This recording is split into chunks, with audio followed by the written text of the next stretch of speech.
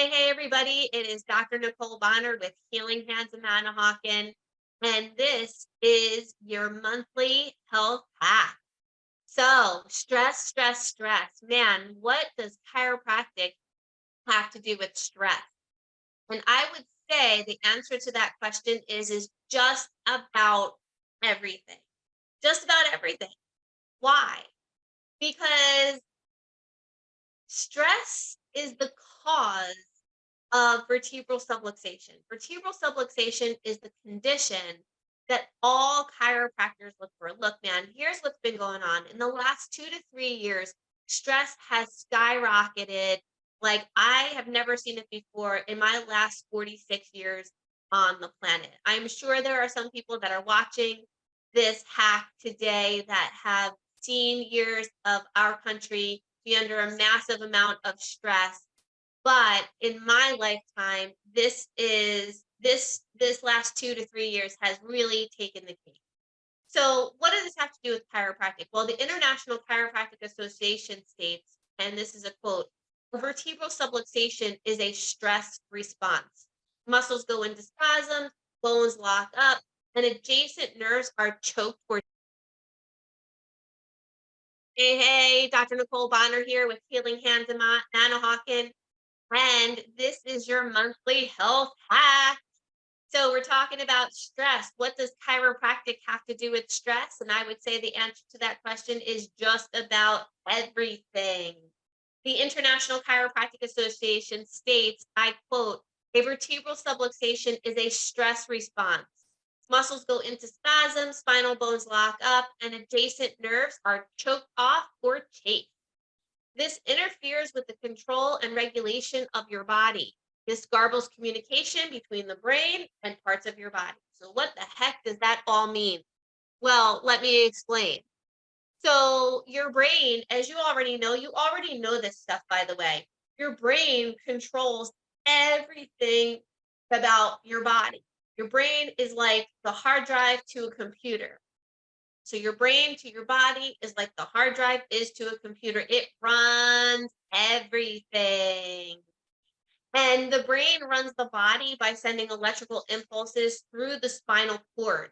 Now, the spinal cord is like a thick electrical wire that travels through the center of the spinal bones and connects your brain to basically everything else in your body.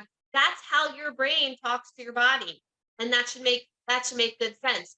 Then the information that as it travels through the spinal cord, it exits the spine, travels over all the nerves throughout the body. And that is how all of the cells, the tissues, and the organs in your body know how to function and know to keep you alive. So why should you see a chiropractor? Like how do you know when you see a chiropractor? Well, when subluxations dim the energy to your body, it can cause dis-ease, dis-ease. What does that mean? That means that the organs and the tissues in the body are not functioning properly and the body becomes uncoordinated. It loses its ability to adapt to the environmental stresses on the outside. Subluxations or vertebral subluxation, that condition I was just speaking about, dims the energy flow throughout your entire body. So, how does this happen? Well, you've all felt it at one time or another. So, remember the quote unquote pinched nerve that you got when you slept the wrong way in bed? You remember that?